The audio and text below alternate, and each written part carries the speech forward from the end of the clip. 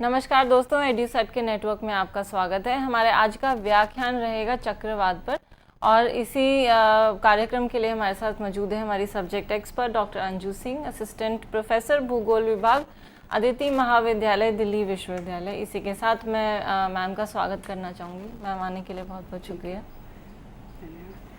प्यारे दर्शकों, आज जो हमने टॉपिक लिया है वो बहुत ही संवेदनशील भी है और आवश्यक भी। हम सभी जानते हैं ये जलवायु का एक महत्वपूर्ण हिस्सा है। जलवायु स्थिर होती है, लेकिन जो हमारा मौसम होता है वो आपका क्षणिक होता है, अर्थात क्षण प्रतिक्षण वो बदलता रहता है। इस क्षण प्रतिक्षण बदलते हुए मौसम में बहुत सी ऐसी घटनाएं होती हैं जो कि हमें विचलित कर देती है। ना हमें विचलित करती हैं बल्कि हमारे पर्यावरण, हमारे आवास, हमारे रहन सहन ढंग, उन सब पे उसका बहुत ही चिरस्थायी प्रभाव डालते हैं। क्षणिक होते हुए भी बहुत चिरस्थायी प्रभाव डालते हैं।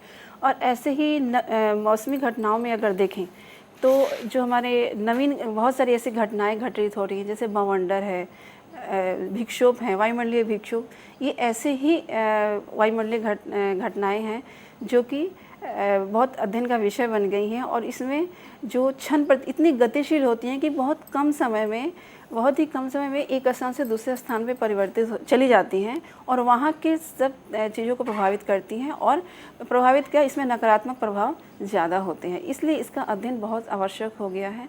और मौसम की भविष्यवाणी में भी इन सब चीज़ों का बहुत महत्वपूर्ण रोल हो गया है। जलवायु और ऐसी ही घटना है चक्रवात।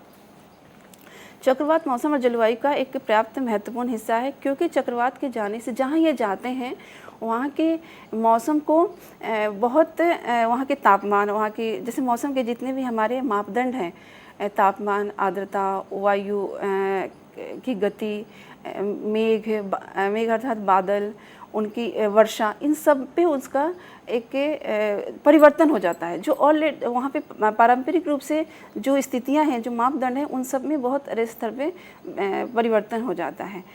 और चक्रवात के कारण चक्रवात एक तरह से विश्व के 90 से 80% वर्षा देने वाले ही माने जाते हैं। केवल इसका नकारात्मक प्रभाव नहीं है, हमारा अगर देखें तो धनात्मक प्रभाव भी है। या 80 से विश्व के अगर कहें तो 80 से 90% वर्षा इन क्षेत्रों में चक्रवातों के माध्यम से होती है, और ख़ास तौर से ये हमारे उच्च अक्षांशों में। तो ये हमारे लिए महत्वपूर्ण भी है। ये एक तरह से मौसम प्रणाली है।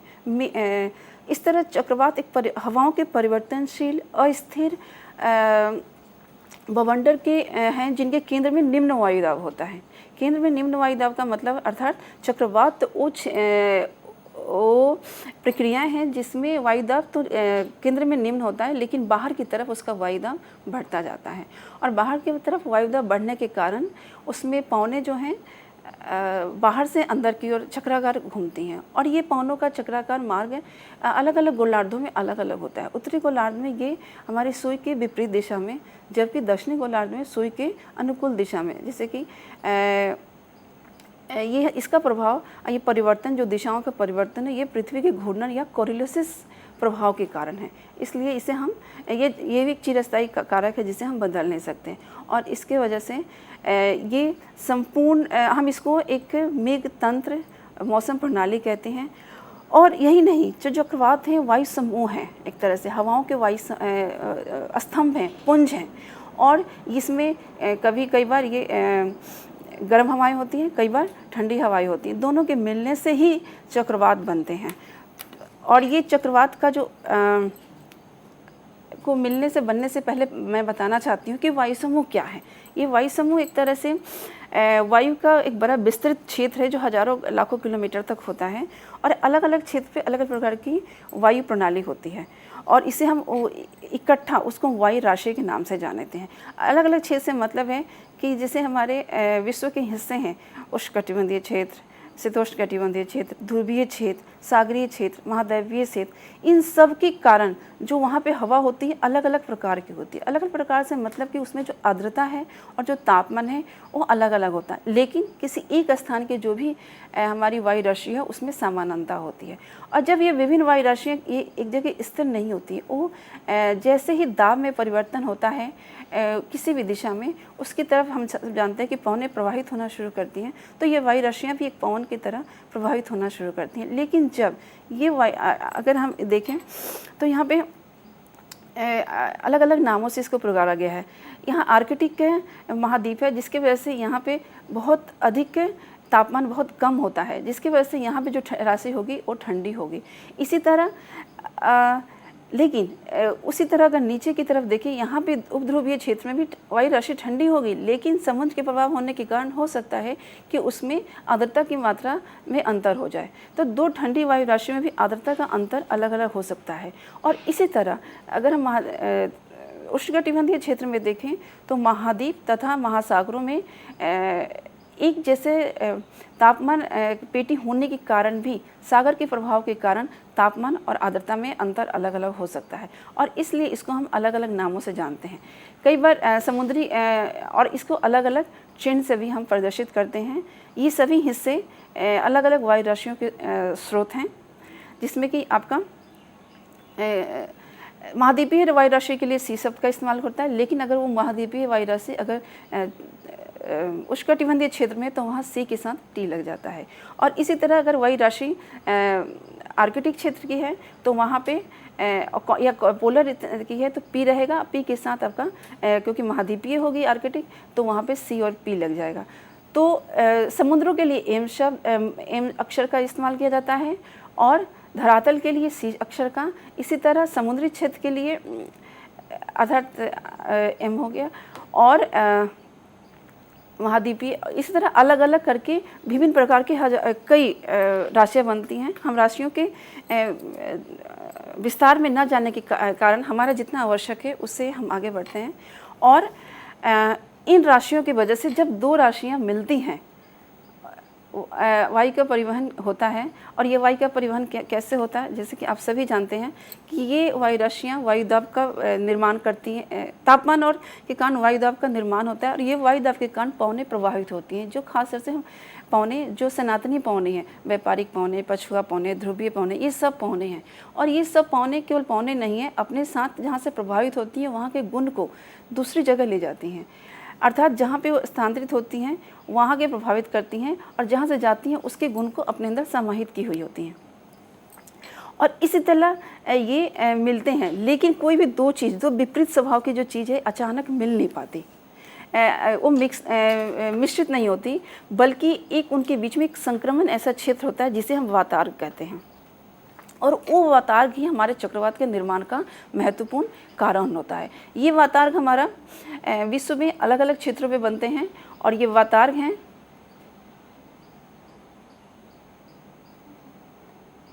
ये वातार्क हमारे आर्कटिक क्षेत्र, उष्णकटिबंधीय अंतः उष्णकटिबंधीय क्षेत्र और ध्रुवीय क्षेत्र पे ये वातार्क हमें देखने को मिलते हैं। जब ये वातार्क मिलते हैं तो कई तरह के वातार्कों, जब ये वायु राशियाँ मिलती हैं तो कई तरह के वातार्क बनते हैं, और इन वातार्कों के सहारे ही चक्रवात का निर्माण होता है। पहला अगर हम इस चित्र में देखें तो पहले जो वातार्क है ये उष्ण वातार्क है। हम सभी जानते हैं कि उष्ण जो वायु राशि होगी और शीत वायु राशि है, उन दोनों में गुण में अंतर होगा, उसमें पवन प्रवाह में अंतर आ जाएगा। गुण उष्ण वायु राशि जो होती है हल्की और गर्म होती है, जबकि जो शीत वायु राशि होती है वो ठंडी और भारी होती है। इसलिए उष्ण वायु राशि का जो तीव्रता होगी चलने की वो अलग होगी और ज़्यादा होगी बजाय कि और कई बार क्या होता है, उस वायु राशि शीत वायु राशि को इससे ऊपर उठ जाती है तो अलग वातार्क बनता है, और कई बार शीत वायु राशि धक्का देती है उष्ण वायु राशि को तो अलग वातार्क बनता है। और एक ऐसी स्थिति आती है जब दोनों वातार्क मिल जाते हैं और तो फिर अलग स्थिति पैदा होती है।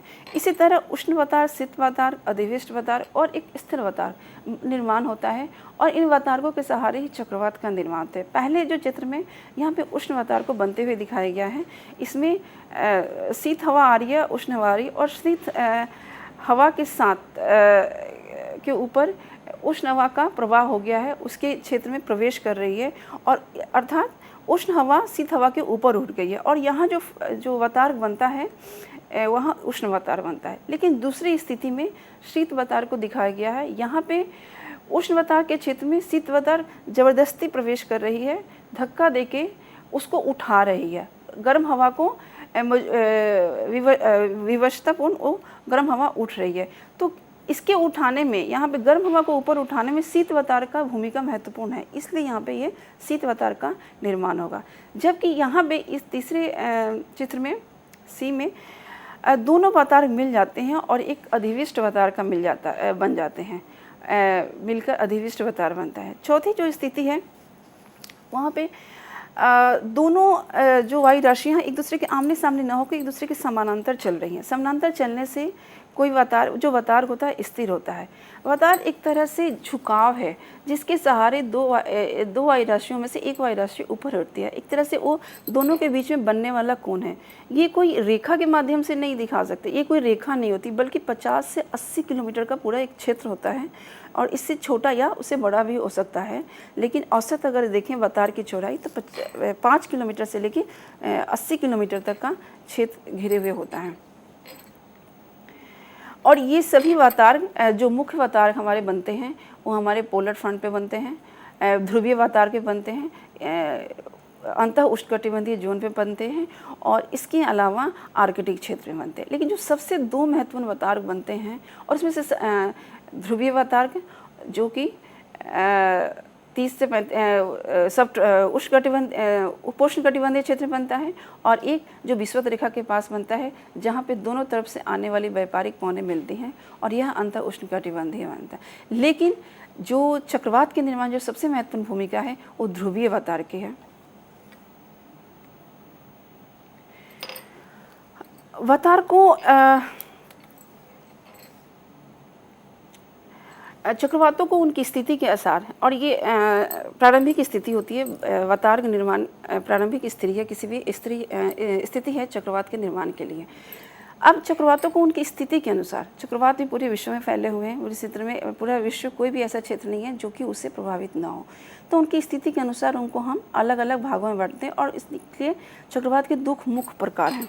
पहला है आपका शीतोष्णकटिबंधीय चक्रवात और दूसरा है उष्णकटिबंधीय चक्रवात। सबसे पहले हम शीतोष्णकटिबंधीय चक्रवात को लेते हैं।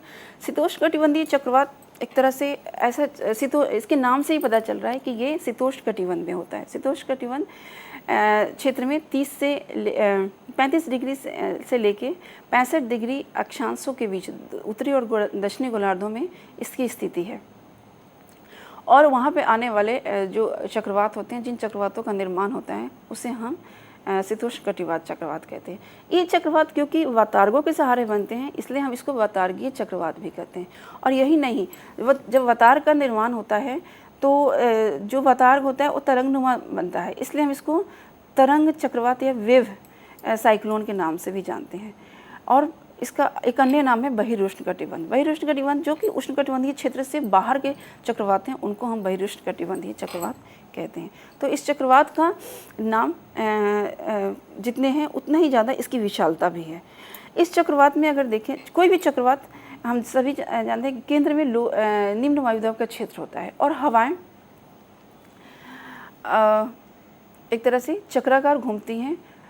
हवाओं के घूमने का मुख्य कारण है वहाँ के वायुदाब में परिवर्तन। अंदर क्योंकि चक्र दाब कम है और बाहर चक्र दाब ज़्यादा है, तो जो पौने होती हैं उच्च वायुदाब से लेकर निम्न वायुदाब की तरफ प्रवेश करती हैं। तो इसलिए बाहर से अंदर की तरफ हवाएं आती हैं और ये चक्राकार स्वरूप बनाती हैं।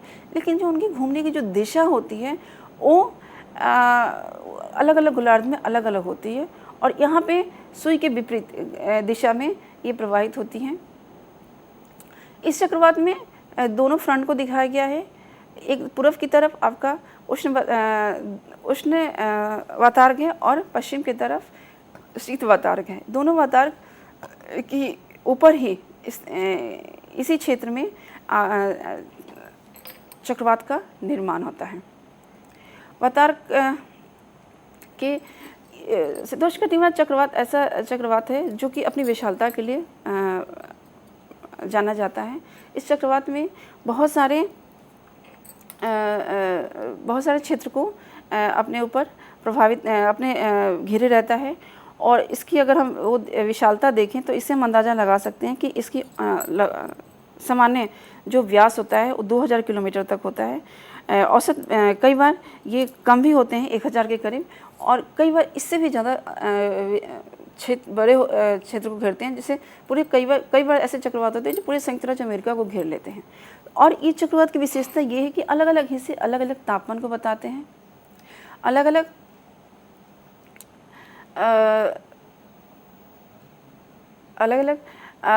मौसम को बताते हैं। क्यों? क्योंकि इसका जो निर्माण हुआ है वो जिस बतार पे हुआ है वो बहुत ही भिन्नता वाली वायु राशियों से हुआ है। एक तरफ इस बतार में, एक तरफ उत्तर से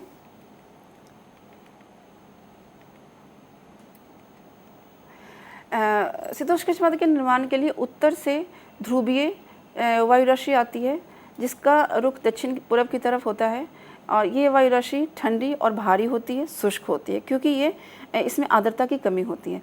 लेकिन जो दूसरी वायु राशि है वो नीचे से जा रही है, उष्णकटिबंधीय क्षेत्र से जाती है, गर्म होती है और आर्द्र होती है। दोनों में के तापमान आर्द्रता में बहुत भिन्नता होने के कारण जो यहाँ चक्रवात बनते हैं वो बड़े विशाल प्रकार के और बहुत महत्वपूर्ण चक्रवात बनते हैं, और अपनी ये विशालता के लिए इसीलिए जाने जाते हैं। ये दोनों होने के कारण जब ये दोनों मिल नहीं पाते, वतार का निर्माण होता है, तो उस वतार के सहारे, क्योंकि उष्ण कटिबंध से जो हवा जा रही है, वायु राशि जा रही है, वो गर्म है, वो ऊपर उठ जाती है, और वो ऊपर उठने के स्थिति में हल्की भारी होती है और संवहनीय धाराएं ऊपर उठने लगती हैं, होके संघनन की क्रिया होती है, बादल बनते हैं। इसी तरह लेकिन जो ठंडी हवा वायु राशि है वो भी गर्म वायु राशि को धक्का देती है, और धक्का देने के बाद उसको और ऊपर उठा देती है, और ऊपर उठाने से जो पूरे नीचे के क्षेत्र में शीत वातार का प्रभाव हो जाता है, और उष्ण वातार ऊपर की तरफ चले, उष्ण क्षेत्र जो है, उष्ण हवाएं ऊपर उठ जाती हैं, और धीरे धीरे वो लगातार वर्षा करती रहती हैं। और उसके बाद में शीत वातार, जब चारों तरफ शीत वातार का अस्तित्व हो जाता है तो तापमान गिरने लगता है। तापमान गिरने का मतलब है कि वायुदाब का अधिक होना, और जैसे ही वायुदाब अधिक होता है चक्रवात समाप्ति की स्थिति पे आ जाता है। इसको बताने के लिए जिसमें इस चित्र के माध्यम से हम उसके वायु प्रतिरूप को जो परिवहन प्रणाली है उसको हम देख सकते हैं कि कैसे अंदर से बाहर हवाएं अलग अलग दिशाओं से जा रही हैं। इस चक्रवात शीतोष्ण कटिबंध चक्रवात को बनाने के में और निर्माण में जिस व्यक्ति के अध्ययन में जो वर्कनिश व्यक्ति ने दो वर्कनिश वी वर्कनिश और वी वर्कनिश वैज्ञानिक थे जो कि नॉर्वे के रहने वाले थे और जिन्होंने जलवायु वैज्ञानिक थे। और उन्होंने एक ध्रुवीय वातार्क सिद्धांत दिया और उसी वातार्क सिद्धांत के अनुसार हम जानते हैं कि कैसे चक्रवातों का निर्माण होता है। और इस चित्र में अगर देखें तो यहाँ अलग अलग अवस्थाएं, डेवलपमेंट कैसे हो रहा है, चक्रवातों का जो विकास होने की अवस्थाएं हैं उसको दिखाया गया है। यहाँ पर प्रारंभिक अवस्था में ऊपर से शीत वायु राशि आ रही है और नीचे से गर्म वायु राशि जा रही है। शीत वायु राशि और गर्म वायु राशि में एक तरह से समानांतर प्रवाह है और जो बनने वाला यहाँ वातार्क है वो लगभग सीधा ही है। लेकिन जैसे ही दूसरी स्थिति आती है, यहाँ पे जो उष्ण वायु राशि है ऊपर की तरफ आगे तेज़ी से बढ़ रही है और इधर नीचे दक्षिण की तरफ शीत वायु का प्रकोप बढ़ता जा रहा है और इसकी सीधा रेखा में यहाँ पे वी के आकार का आकार बन गया है। इसलिए हम जो चक्रवात की जो इसके आकार होता है वो अंडाकार होता है और धीरे धीरे इसको वेज शेप बी अक्षर के, अंग्रेजी के वी अक्षर का भी लेता जाता है। इसलिए यहाँ पे आकार में परिवर्तन होता रहता है शीतोष्ण कटिबंध चक्रवात में उष्णकटिबंध चक्रवात की तुलना में। तीसरी अवस्था में चक्रवात पूर्ण हो गया है और यहाँ पे ऊपर उष्ण वायु का प्रकोप है और नीचे पूरे क्षेत्र में जो आपका शीत वायु का प्रभाव दिखाई दे रहा है और धीरे धीरे चक्रवात ऊपर की तरफ बढ़ता जा रहा है। ये चौथी अवस्था समाप्ति की अवस्था है। जब चक्रवात खत्म होने वाला लगता है तो फिर से पुनः वही स्थिति आने लगती है।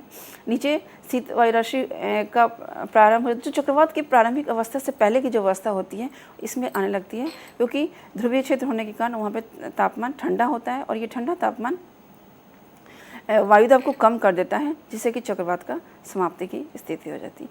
ये पूरे अवस्थाएं हैं जो चक्रवात के निर्माण की हैं। ये इसमें वातारकों के सहारे चक्रवात के निर्माण को दर्शाया गया है। ध्रुवीय वातारक चक्रवात कैसे बनते हैं, इसमें पहली अवस्था में सीधी रेखा में है उत्तर की शीत वायु राशि और नीचे से जाने वाली गर्म वायु राशि। यहाँ पे एक दूसरे के समानांतर हैं, लेकिन दूसरी अवस्था में ये जो सीधी स्थिर वातारक है वो तरंग नुमा आकृति हो गई है, और इसीलिए इसी के कारण इसे हम तरंग चक्रवात भी के नाम से जाना जाता है, क्योंकि यहाँ पे जो वातारक होता है वो तरंग की स्थिति में आ जाता है। तरंग की स्थिति उस स्थिति में आता है जब गर्म हवा का प्रभाव ऊपर होने लगता है और नीचे सर्द हवा वायु राशि चलती है। इस तीसरी अवस्था में निर्माण हो चुका है एक तरह से चक्रवात का, और समदाब रेखाएं गोलाकार होती जा रही हैं। यहाँ पे समदाब रेखाएं एक तरह से दीर्घवृत्ताकार बना रही थी और एक दूसरे के समानांतर थे, लेकिन यहाँ पे समदाब रेखाएं अपने गोलाकार हैं, और यहाँ पे उष्ण वातारक का क्षेत्र विस्तृत हो गया है, और दो वातारक हमें नज़र आ रहे हैं, एक शीत वातारक और दूसरा उष्ण वातारक। शीत वातारक और उष्ण वातारक जब दोनों पूर्णतः विकसित हो जाते हैं तो चक्रवात अपने चरम शिखर पे होता है। चौथी अवस्था में शीत वातारक उष्ण वातारक के क्षेत्र में ज़बरदस्ती प्रवेश कर रहा है और उसको छोटा करने का प्रयास कर रहा है। यहाँ पे काफ़ी हद तक जो उष्ण वातारक के क्षेत्र का कम हो गया है, यानी कि उष्ण वृत्तांश कम हो गया है और शीत वृत्तांश बढ़ता जा रहा है। पांचवी अवस्था एक तरह से चरम की होती है, और यही समाप्ति की अवस्था होती है जब दोनों ही वातारक हैं आपस में मिल जाते हैं और नीचे शीत वायु हो जाती है, और ऊपर यहाँ पे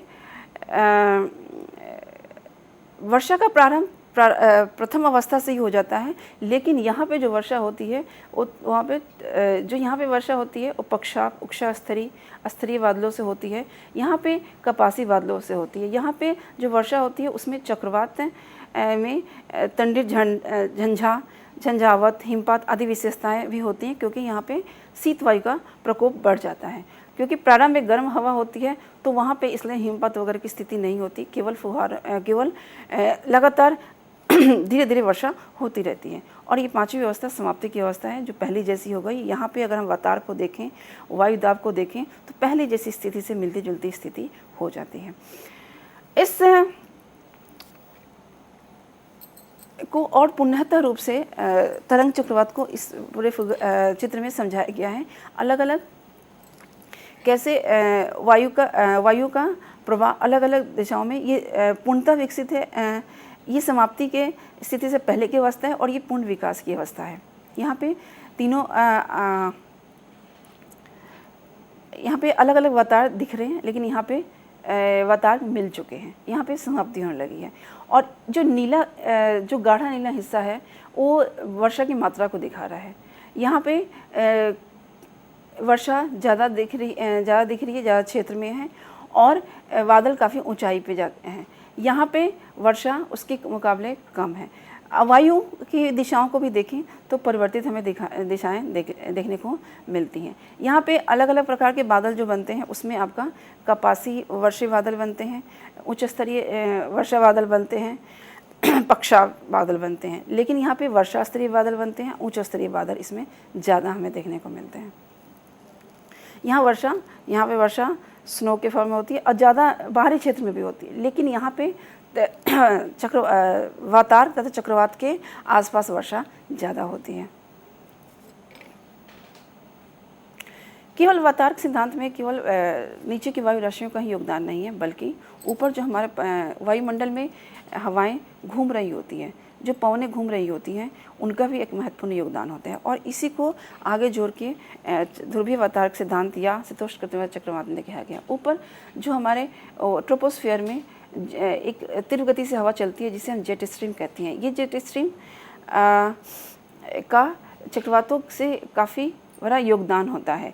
और ये जो सब ट्रॉपिक उष्णकटिबंधीय मध्य अक्षांशीय जो जेट स्ट्रीम है, इन सब का चक्रवातों के निर्माण में बड़ा योगदान है, क्योंकि ये वो ऊपर से चक्रवात धरातली हवाओं को ऊपर से उठा लेते हैं और निम्न दाब वायु को करती हैं। ये ऊंचाई ये लगभग 9 से 10 किलोमीटर 10 से 15 किलोमीटर की ऊंचाई पे देखने को मिलते हैं।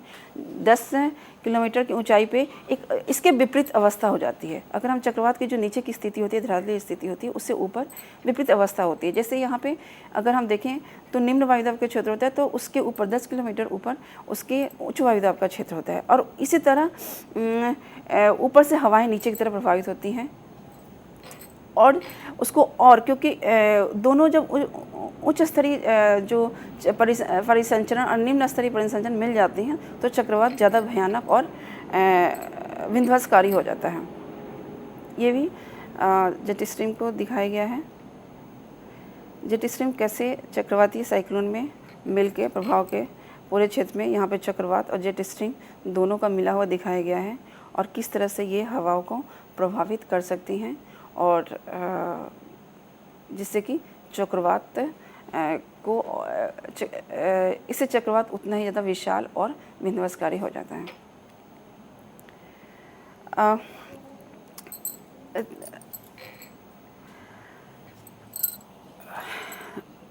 इस चक्रवात की कुछ महत्वपूर्ण विशेषताएं होती हैं जिसको अगर हम संक्षेप में समझें तो ये चक्रवात सर्दियों में ज़्यादा, शीतोष्ण कटिबंध सर्दियों में ज़्यादा विकसित होते हैं क्यों और गर्मियों में कम होते हैं। गर्मियों में इनकी स्थिति केवल 35 डिग्री अक्षांश तक होती है और सर्दियों में इनकी स्थिति 35 से 65 डिग्री स्थिति तक होती है।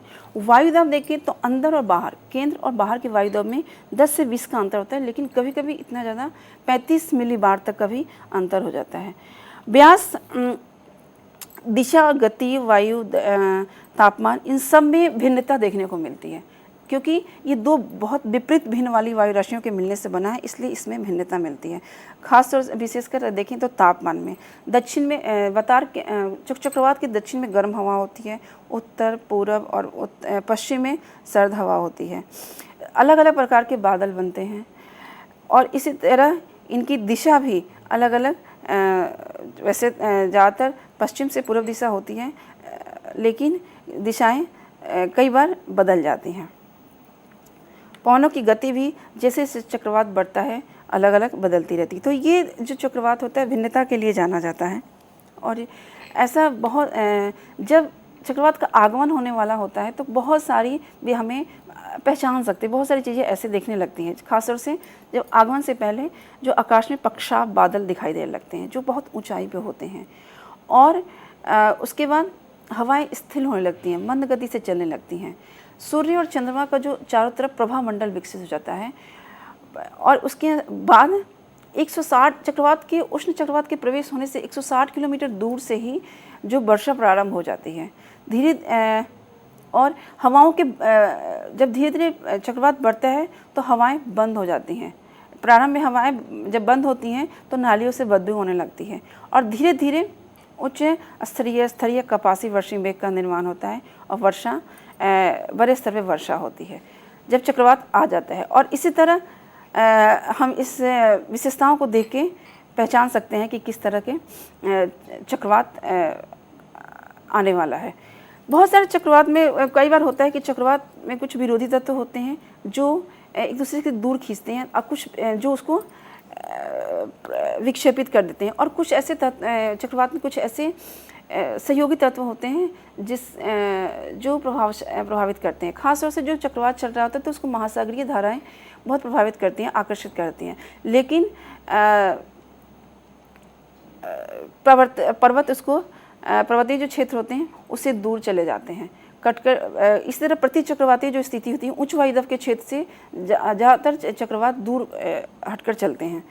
ये सहयोगी नहीं होते बल्कि विरोधी होते हैं। तो इस तरह चक्रवात का चक्रवात भी एक जीवन की तरह होता है, एक जीवन चक्र होता है जो कई बार कुछ दिनों से लेकर 7-8 दिन तक चलता है और चक्रवात पूरे परिवार के साथ होते हैं।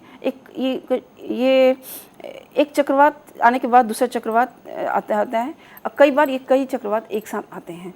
इस तरह से चक्रवात, इसको हम चक्रवात का पारिवारिक समूह कहते हैं। और लेकिन प्रत्येक चक्रवात समाप्ति होने के बाद प्रति चक्रवाती स्थिति उत्पन्न हो जाती है और फिर मतलब 2 चक्रवात के बीच में प्रति चक्रवात जरूर होते हैं जो कि उच्च वायुदाब के केंद्र होते हैं। इसी तरह अब ये चक्रवातों के बहुत सारे ऐसे क्षेत्र हैं जहाँ पे चक्रवात हमें देखने को मिलते हैं, खासकर शीतोष्ण कटिबंधीय जाकर। उसमें आपका प्रशांत महासागर का जो एलुसियन द्वीप है, अलास्का का क्षेत्र, दक्षिणी कैरिबिया, आइसलैंड, ग्रीनलैंड क्षेत्र, मध्य अटलांटिक क्षेत्र, भूमध्य सागरीय क्षेत्र, दक्षिणी गोलार्ध क्षेत्र, ये सब ऐसे क्षेत्र हैं जहाँ पे हमें चक्रवात देखने को मिलते हैं और वो मार्ग हैं चक्रवातों के। इसमें जो सबसे महत्वपूर्ण चक्रवात के जो क्षेत्र हैं आपका, जो सबसे पहले अगर हम देखें तो उत्तरी प्रशांत क्षेत्र हैं, शीतोष्ण कटिबंधीय चक्रवात के क्षेत्र एलुसियन द्वीप के साथ ये विकसित होते हैं और आगे अलास्का की खाड़ी पे जाके पूर्व में अलास्का की खाड़ी जाते हैं और फिर उन्हें पुनः दक्षिण की तरफ मुड़ के कैलिफोर्निया वगैरह के क्षेत्र को प्रभावित करते हैं।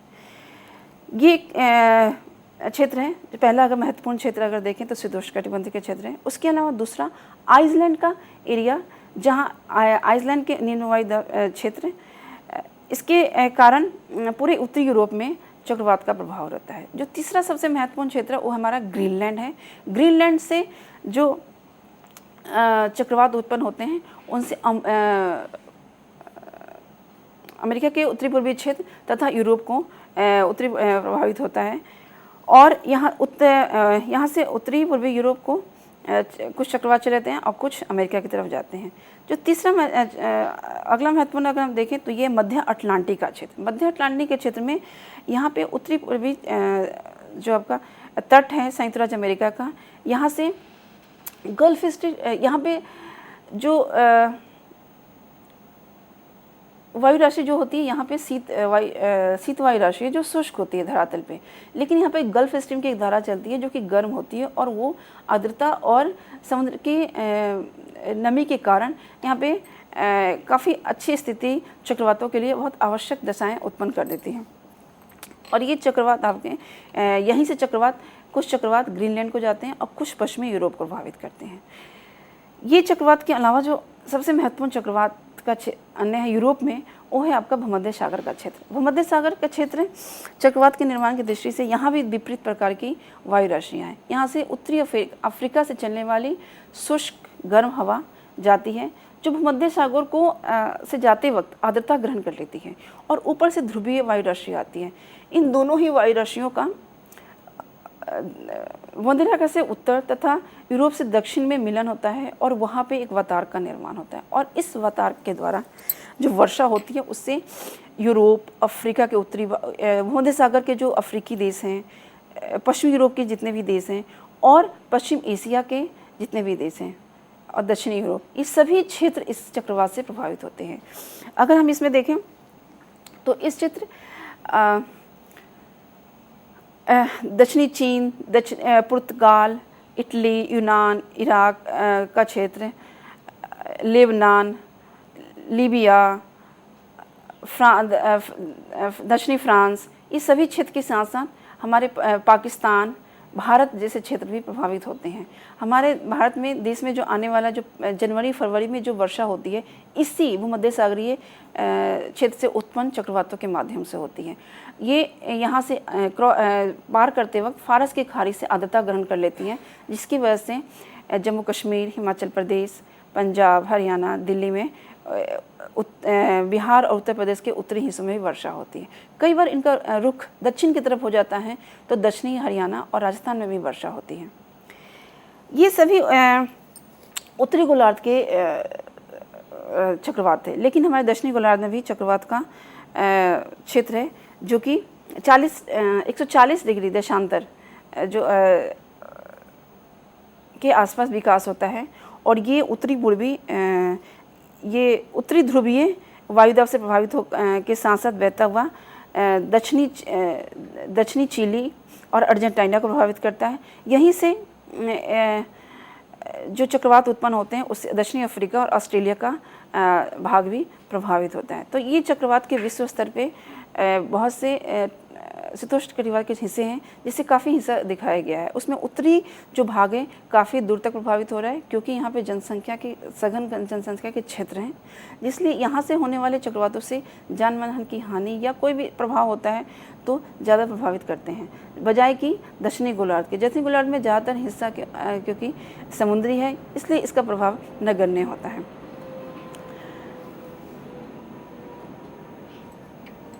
ये जो खंडित रेखाएं हैं नीले रंग की, उससे शीतोष्णकटिबंध के चक्रवात के मार्ग को दिखाया गया है और विस्तृत रूप से।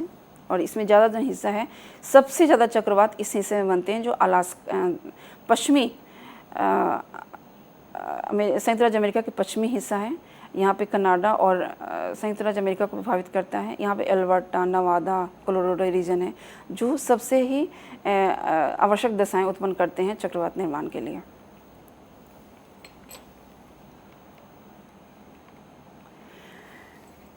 अगला हमारा चक्रवात जो है वो इस तरह से शीतोष्णकटिबंधीय के बाद दूसरा अगर चक्रवात अगर देखें तो उष्णकटिबंधीय चक्रवात है। चक्रवात होते हुए भी बहुत सारे मामलों में एक दूसरे से भिन्न है, चाहे उनकी आकार ले लें, उनका प्रभाव देख लें, उनकी मात्रा संख्या देख लें, कुछ सभी मामलों में वो चक्रवात शीतोष्णकटिबंधीय चक्रवात के, चाहे उसकी उत्पत्ति ले लें, सभी मामलों में ये अलग है। उष्णकटिबंधीय चक्रवात का नाम से ही पता चलता है कि उष्णकटिबंधीय चक्रवात विश्व के उष्णकटिबंध में से संबंधित है। ये खास और विशेषकर हमारे 30 डिग्री के अक्षांश तक उत्तरी गोलार्ध और दक्षिणी गोलार्ध यानी कि बहुत बड़ा हिस्सा है जो कि उष्णकटिबंधीय चक्रवात से प्रभावित होता है। उष्णकटिबंधीय चक्रवात जिस तरह शीतोष्णकटिबंध सर्दियों में ज़्यादा विकसित होते हैं और ज़्यादा प्रभावशाली होते हैं, इसी तरह जो उष्णकटिबंधीय चक्रवात हैं वहाँ गर्मियों में विकसित होते हैं और गर्मियों में प्रभावशाली होते हैं। ये चक्रवात अलग अलग हिस्से में अलग अलग नामों से जाने जाते हैं। अगर इनको हम अमेरिका में प्रशांत महासागर, अटलांटिक महासागर के हिस्से में इसे हम हरिकेन के नाम से जानते हैं। चीन, जापान, फिलीपाइंस आदि द्वीप समूह में उत्तर पश्चिम प्रशांत महासागर के हिस्से में इसको हम टाइफून के नाम से जानते हैं। जापान में इसको हम टैफी बोलते हैं। फिलीपाइंस में बैजिया के नाम से जानते हैं। ऑस्ट्रेलिया में विली विलिच इसका नाम है, जबकि भारत में इसको हम चक्रवात के नाम से ही जानते हैं। ये चक्रवात आकार की दृष्टि से देखें तो 80 से 300 किलोमीटर का क्षेत्र लगभग इनका होता है व्यास। इससे कम भी हो सकते हैं, 50 किलोमीटर व्यास के भी हो सकते हैं। और लेकिन जब ये बहुत बड़े होते हैं, विस्तृत होते हैं, सुपर चक्रवात जब होते हैं तो 200 से 800 किलोमीटर के व्यास में भी हो सकते हैं। इनकी गति भी अलग अलग होती है क्योंकि इसमें अलग अलग प्रकार के चक्रवात होते हैं। इनके जो प्रकार हैं उनको हम अवदाब, विक्षोभ, हरिकेन, टोरनेडो, टाइफून अलग अलग नाम से जानते हैं, जो कि इनकी विशालता को बताते हैं। जो सबसे छोटे होते हैं वो है विक्षोभ। इसमें जो वायुदाब रेखाएं होती हैं, संभार रेखाएं होती हैं, वो कम होती हैं। उससे बड़े अवदाब होते हैं जिसमें 1 या 2 संभार रेखाएं होती हैं। और लेकिन जैसे जैसे तूफान, उष्णकटिबंधीय तूफान जिसमें कि 2 से ज़्यादा वायु संभार रेखाएं होती हैं और उसकी स्पीड बढ़ जाती है, उसकी गति बढ़ जाती है, 50 किलोमीटर से अधिक गति उसकी होती है। लेकिन हरिकेन और टाइफून जो होते हैं उसमें जो संभार रेखाएं ज़्यादा होती हैं, लगभग 9 से ज़्यादा 10 संभार रेखाएं होती हैं। और ये सभी संभार रेखाएं एक दूसरे से अंडाकार वृत्ताकार बनाती हैं। और इसी तरह जैसे जैसे चक्रवात का आकार प्रकार बदलता रहता है, उनमें जो जितनी भी विशेषताएं होती हैं चक्रवात की, जैसे कि उसकी गति, दिशा, वायुदाब, तापमान, वो सब अलग अलग परिवर्तित होता रहता है। वायुदाब अगर इनमें चक्रवात के बहुत सारे हिस्से होते हैं, जिसको अगर हम 36 तरीके से देखें और लंबवत तरीके से देखें तो ये एक तरह से उष्णकटिबंध चक्रवात का एक चित्र है। ये उष्णकटिबंध चक्रवात का गोलाकार में ये चक्रवात गोलाकार होता है, जबकि जो शीतोष्णकटिबंध चक्रवात है अंडाकार होता है और वी अंग्रेजी के वी के अक्षर के समान होता है। ये पूर्णतः गोल होता है, गोलाकार लिए हुए होता है। और ये चक्रवात के अगर हिस्से देखें तो जो सबसे केंद्रीय भाग होता है, जहाँ पे सबसे निम्न वायुदाब होती है, उसको हम चक्रवात का आँख कहते हैं, चक्षु कहते हैं। उसके बाद एक चक्षु की दीवार आती है। जैसे जैसे आगे बढ़ता है, सर्पिली पट्टियाँ, वलयाकार मेखला, वृहद संवहनीय मेखला और सीमांत, एक अलग अलग हिस्से हैं जो कि होते हैं। पहला अगर हम देखें तो ये चक्षु आँख है। इसके बाद चक्रवात की आँख के बाद 10 से 20 किलोमीटर की दूरी तक चक्रवात की दीवार होती है। यहाँ पे मौसम बिल्कुल शांत होता है, केंद्र में बिल्कुल वर्षा नहीं होती है, मौसमी घटनाएं परिवर्तनशील रहती हैं। वहाँ बस संवहनीय धाराओं से वायु ऊपर उठती है।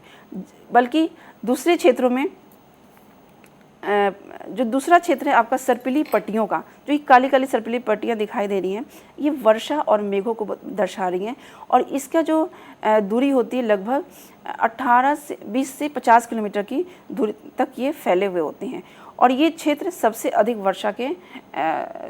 वर्षा इन्हीं क्षेत्रों में होती है। उसके बाद का जो क्षेत्र होता है वलयाकार मेखला 50 किलोमीटर से दूर का हिस्सा होता है लगभग, और जहाँ पे शांत होती है वहाँ पे वायु उतरती है, इसलिए वो मौसम की दृष्टि के वहाँ बादल नहीं होते, वर्षा नहीं होती, छिटपुट वर्षा नाम मात्र की होती है। उसके बाद का जो क्षेत्र है वो संवहनीय मेखलाओं के होती हैं, जहाँ पे वायु ऊपर उठती है और उड़ती हुई वायु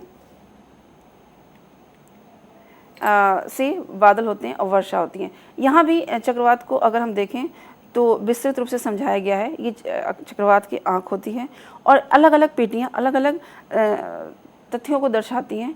कहीं पे वर्षा ज़्यादा, फिर कम, ज़्यादा, कम, इस तरह से ये चक्रवात अलग अलग तरीके से उसके जो हिस्से हैं अलग अलग रूप से प्रभावशाली होते हैं।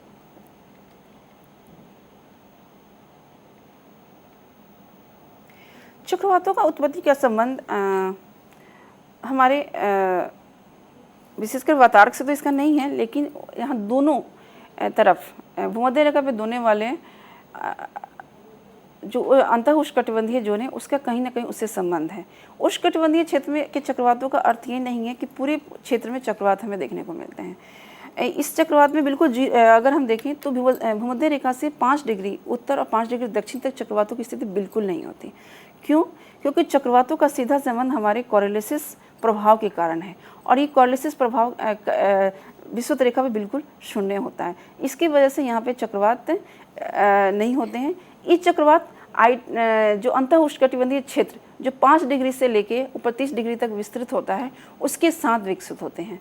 इसलिए ये चक्रवात जनवरी में, क्योंकि ये बहुत नीचे होता है, भूमध्य रेखा के आसपास होता है, तो इसलिए अंतः उष्णकटिबंधीय ITCZ बोलते हैं जिसे हम, अंतः उष्णकटिबंधीय क्षेत्र जो क्योंकि नीचे होता है और यहाँ पे कोरिलेसिस प्रभाव शून्य होता है, तो इसकी वजह से सर्दियों में हमें उष्णकटिबंधीय चक्रवात देखने को नहीं मिलते।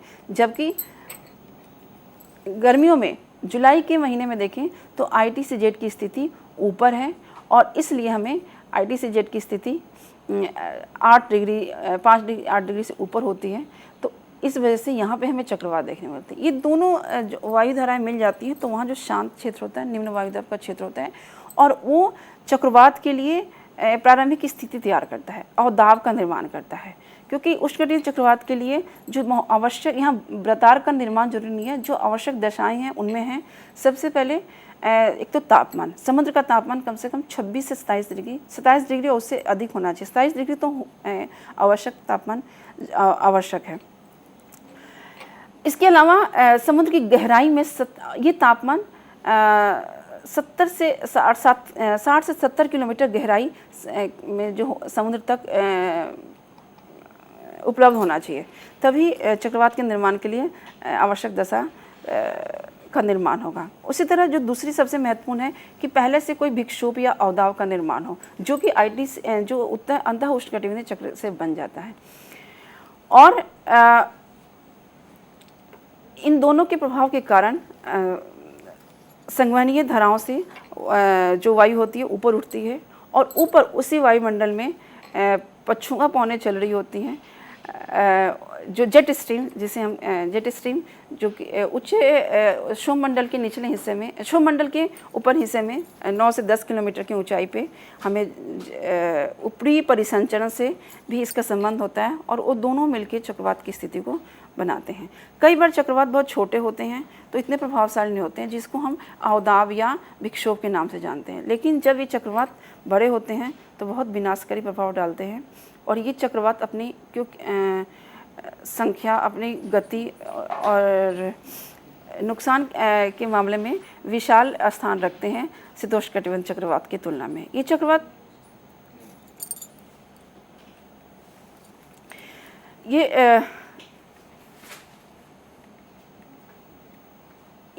का अगर क्षेत्र देखें,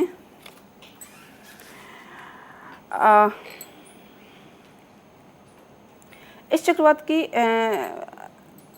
ऊंचाई पे ऊपर परसेंटेज से इसका संबंध होता है। 0 से अगर देखें तो 3 किलोमीटर की ऊंचाई तक संवहनीय धाराओं का प्रकोप होता है। संवहनीय तरंगें ऊपर उठ रही होती हैं, वाष्पीकरण हो रहा होता है, संघनन की क्रिया होती है, बादल बन रहे होते हैं, वर्षा के लिए स्थिति बन रहती है। लेकिन उसके ऊपर 6 से 7 किलोमीटर की ऊंचाई पे चक्रवात होता है। नीचे उसकी आवास है 6 से 7 किलोमीटर की आवास है, और ऊपर फिर से पुनः क्षोभ मंडल तक ऊपरी वायुमंडल परिसंचरण की जो हवाएं इसको प्रभावित कर रही होती हैं, तो ऊपर से अधोगति से भी हवाएं चल रही होती हैं, जो कि यहाँ के हवाओं को ऊपर उठाती रहती हैं, और इससे निम्न वायुदाब, जो हवाएं बाहर से अंदर को आ रही हैं वहाँ रुकती नहीं है बल्कि ऊपर उठती जाती हैं और वो जगह खाली होता जाता है। इसलिए निम्न वायुदाब काफ़ी देर तक जारी रहता है।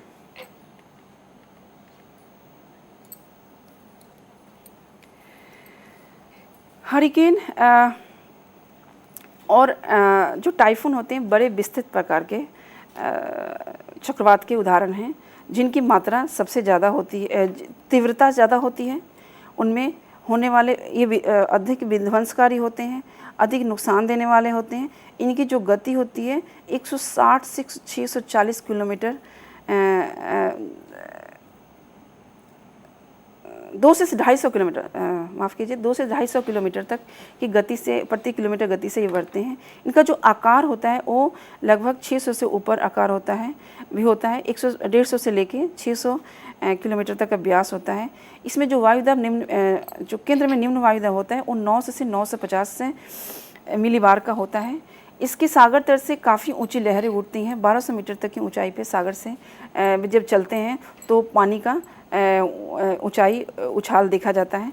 तो इस तरीके से ये हरिकेन अपनी विशालता के लिए प्रसिद्ध है। और ख़ास तौर से ये जो क्षेत्र है इसमें जहाँ पे सबसे ज़्यादा हमें विनाशकारी चक्रवात, उष्णकटिबंधीय चक्रवात देखने को मिलते हैं, उसमें सबसे ज़्यादा जो उष्णकटिबंधीय चक्रवात आते हैं वो हमारा चीन सागर के आसपास चीन, जापान और फिलीपाइंस द्वीप समूह के क्षेत्र हैं, जिसको हम टाइफून के नाम से जाते हैं। और यहाँ विश्व का 30% जो चक्रवात हैं इन्हीं क्षेत्रों में आते हैं। इसके अलावा जो दूसरा महत्वपूर्ण क्षेत्र है अमेरिका के दोनों तट, जहाँ पे अटलांटिक तट और प्रशांत महासागरीय तट, ये दोनों तट पे हरिकेन आते हैं। और इसके जो आने वाले अन्य जो साइक्लोन हैं उसमें हमारा दक्षिणी गोलार्ध में ऑस्ट्रेलिया के पास और हिंद महासागर में जो चक्रवात आते हैं, हिंद महासागर में बंगाल की खाड़ी में सबसे प्रभावशाली चक्रवात आते हैं, लेकिन अरब सागर में चक्रवातों की संख्या बहुत कम होती है, ना के बराबर होती है, कम कभी कभी ये चक्रवात आते हैं। और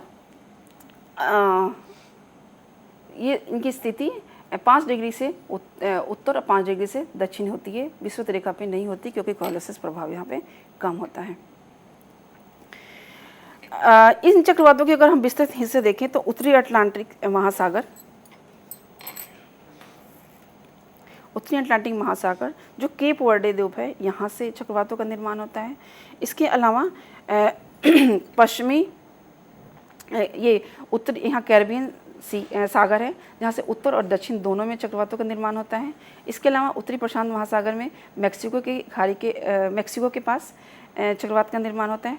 और चीन सागर जहाँ पे चक्रवात का निर्माण होता है, यहाँ से पूरे ये जापान के क्षेत्र में भी बढ़ती है। ज़्यादातर यहाँ तटीय क्षेत्रों में चीन को प्रभावित करती है, लेकिन कभी कभी जापान तक भी पहुँच जाते हैं। और इसके अलावा दक्षिणी हिंद महासागर मेखला में उत्पन्न होकर दक्षिणी हिंद महासागर में प्रभाव मेडागास्कर तक भी चक्रवात का प्रभाव आता है। और हिंद महासागर से ही, दक्षिणी हिंद महासागर से ही ऑस्ट्रेलिया में चक्रवात पहुंचते हैं। ये एक बंगाल की खाड़ी के चक्रवात को दिखाया गया है, जिससे की वजह से काफ़ी बड़े स्तर पे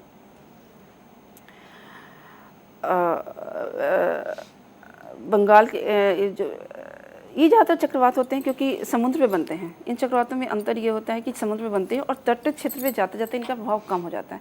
तो जब ये समुद्र पे विकसित हो रहे होते हैं, ये भारत का एग्जाम्पल दिया गया है, तो बहुत प्रभावशाली होते हैं। लेकिन जैसे ही तट पे रहते हैं, बंगाल की खाड़ी में जो उत्पन्न होने वाले चक्रवात हैं ज़्यादातर हमारे उड़ीसा, आंध्र प्रदेश के तट से प्रभावित होते हैं और वहाँ से टकराकर मुड़ जाते हैं और बांग्लादेश की तरफ प्रवेश कर देते हैं।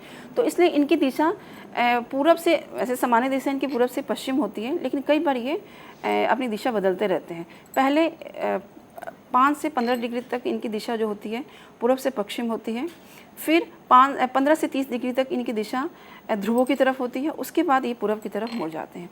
तो यहाँ पे बंगाल की खाड़ी बांग्लादेश को अधिक रूप से प्रभावित करते हैं और क्योंकि इनकी दिशा बदल जाती है। ये हरिकेन के आंतरिक संरचना को दिखाया गया जिससे इसकी विशालता का पता चलता है। इसमें लहरें, हरिकेन एक तरह से तीव्र वायु के झोंके होते हैं जो तीव्र गति से चलते हैं और इनका प्रभाव बहुत तेज जल्दी होता है, बहुत जल्दी गति से विस्तृत क्षेत्र को प्रभावित करते हैं। हरिकेन के प्रभावित करने वाले क्षेत्र हम वही क्षेत्र हैं जहाँ पे उष्णकटिबंधीय चक्रवात आते हैं, लेकिन जो सबसे ज़्यादा आपके चक्रवात आते हैं ये आपके गर्मियों में आते हैं और कैरिबियन सागर और जो आपका अटलांटिक क्षेत्र वहाँ पे है, ये ज़्यादातर मई जून के बाद यहाँ पे चक्रवातों का निर्माण होता है। इसी तरह टाइफून जो चाइना में आता है उसका जो क्षेत्र है हमारा मई से नवंबर तक का क्षेत्र है। भारत में आने वाले चक्रवात को जो समय है उसे हम अप्रैल से दिसंबर तक आते हैं। अप्रैल से दिसंबर तक कभी भी चक्रवात आ जाते हैं।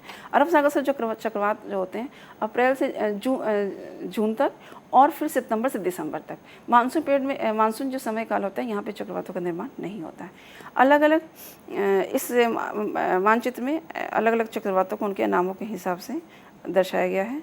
और ऑस्ट्रेलिया में सर्दियों में आते हैं चक्रवात क्योंकि वहाँ पे मौसम जब सर्दियों में गर्म होता है और इसलिए दिसंबर से मार्च तक वहाँ पे चक्रवात, जहाँ पे वहाँ पे जो चक्रवात होते हैं उसको हम विली के नाम से जानते हैं।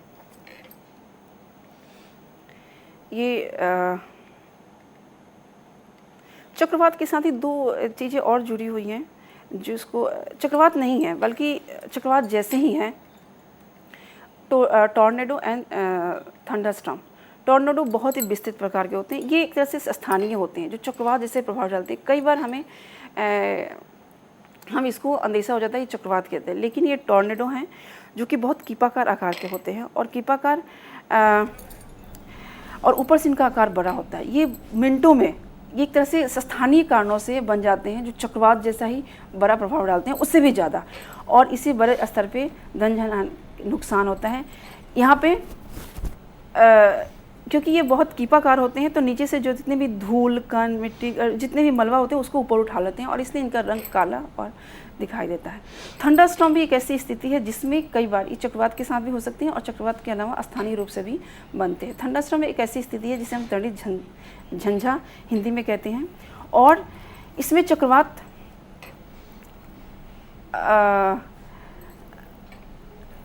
इसमें विकास की 3 अवस्थाएं दिखाई होती हैं। कई ये भी विशाल प्रकार की, इनके साथ हिमपात होती है, बिजली कड़कती है, ये विशेषता रखते हैं। यहाँ पे चक्रवात संवहनीय धाराओं की तरह ऊपर उठ रहा है। यहाँ पे हवाएं ऊपर भी उठ रही हैं और नीचे भी जा रही हैं, लेकिन तीसरी अवस्था में हवाएं केवल नीचे उड़ती हैं। तो दूसरी अवस्था में तो शांत रहती है, लेकिन इस अवस्था में बहुत तीव्र गति से वर्षा होते हैं और पहले और अंतिम अवस्था में ये अलग। इसमें तन्नी झरना में बिजली चमकना, करकराहट, अधिक हिमपात आदि विशेषताएं होती हैं जो चक्रवात के साथ भी जुड़ी हुई होती हैं। चक्रवात से बड़े स्तर पे जानमाल की हानि होती है और ये, लेकिन चक्रवात एक ऐसी स्थिति है जिसको हम बहुत तरह से रोक तो बिल्कुल नहीं सकते और ना ही इसका काफ़ी पहले आकलन कर सकते हैं।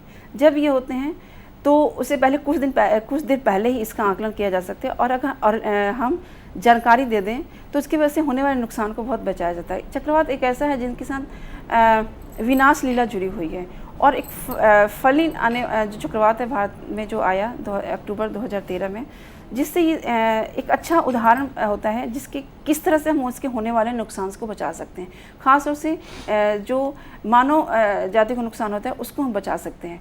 फिर भी नुकसान को कम नहीं किया जा सकता है, क्योंकि इसमें जो फलिन के चक्रवात के समय जो एक सुरक्षित चक्रवात होते हुए भी परिस्थिति बना दी गई, लेकिन फिर भी यहाँ पे 700 अमेरिकन डॉलर का नुकसान होता है।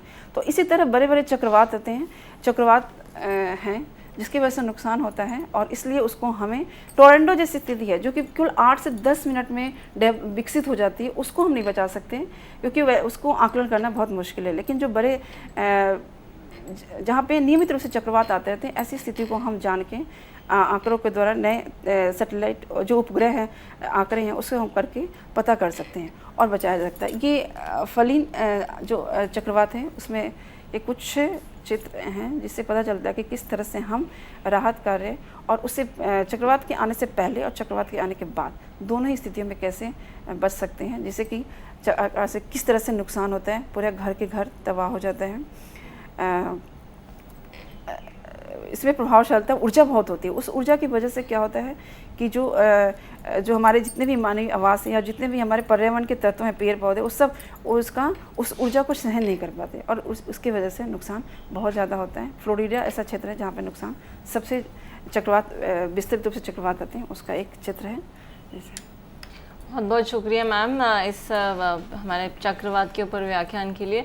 और क्योंकि हमारे पास कम समय बचा है, मैं आपसे सिर्फ 1-2 सवाल करूंगी, कुछ जनरल से सवाल। जैसे कि आपसे पूछना चाहूँगी कि भारत में सबसे ज़्यादा कौन सा साइक्लोन प्रोन क्षेत्र है? जैसे कि आपने उड़ीसा का भी एक एग्जाम्पल, जो हमारे बंगाल की खाड़ी का जो क्षेत्र है वहाँ पे चक्रवात बनते हैं, समुद्र पे चक्रवात बनते हैं। अच्छा। तो जो तट के पास होते हैं क्षेत्र, वहाँ पे जो उड़ीसा है हमारा, और जो आंध्र प्रदेश का तट है, तमिलनाडु, ये तीन कोर्स हैं जो सबसे ज़्यादा प्रभावित होते हैं चक्रवात से। अच्छा, जहाँ पर समुद्र नहीं है वहाँ ये बनने के चांसेस है ही नहीं। अरब सागर में बनते, लेकिन कम प्रभावशाली हैं। अगर हम देखें तो 1877 से लेके अब तक भारत में 300 से ऊपर 302-3 चक्रवात आ चुके हैं। अच्छा। तो उसमें से बहुत कम 36 के चक्रवात वगैरह देखें, बहुत कम हिस्सा है जो अरब सागर से होते हैं। ज़्यादातर हमारे बंगाल की खाड़ी से चक्रवात होते हैं। अच्छा, यहीं से ज़्यादा। और उसमें से 110 बड़े प्रबल प्रकार के चक्रवात हुए हैं। तो मतलब जैसे सबसे ज़्यादा प्रभावित क्षेत्र हमारे चक्रवात का जो पूर्वी तट है हमारे भारत का, वो है। तो आपने हमें ये भी बताया था कि ये मौसम के बिगड़ने से उत्पन्न होते हैं। नहीं, इनके साथ मौसम बिगड़ जाता है। अच्छा। इनके साथ मौसम बिगड़ जाता है। जो दशाएं हैं पहले जो हैं, इसके आते ही सब कुछ उलट पुलट हो जाता है, इस तरह से बड़े स्तर पे परिवर्तन हो जाते हैं। तो क्योंकि हम मौसम का अध्ययन करते हैं, तो हम एक सामान्य रूप में अगर किसी जगह के मौसम को लें और वहाँ चक्रवात आ जाए, तो हमारा जो सामान्य जो मापदंड है वो बदल जाता है सारा। अच्छा। तो ये फ्री है। आज मैं कह रही हूँ कि ये दिशा हो सकता है कि किसी अन्य कारणों से ऊपरी वायुमंडल में कुछ ऐसी स्थिति हो कि जैसे ये बांग्लादेश की तरफ मुड़ जाते हैं। अच्छा। लेकिन हो सकता है कि कहीं और मुड़ जाएं, तो वहाँ के जो अब तक नहीं जाना जाता ऐसे क्षेत्रों में भी जा सकते हैं। तो आप प्रिडिक्ट नहीं कर सकते हैं पहले से कि ये किस तरफ, क्योंकि हमें सब जो आंकड़ों के जो संग्रहण करके उसको अध्ययन करना जरूरी है। जो उपग्रह से हम आंकड़े लेते हैं, क्योंकि ये केवल स्थल से होने वाली क्रियाओं से नहीं, ऊपर वायुमंडल में जो हो रही है उससे भी प्रभावित होते हैं। उससे भी प्रभावित है। जी बिल्कुल बिल्कुल। तो मैम इसी के साथ हम इस कार्यक्रम का समापन करेंगे। दोस्तों, हम आपसे इजाज़त लेंगे। आने के लिए बहुत बहुत शुक्रिया मैम। नमस्कार दोस्तों।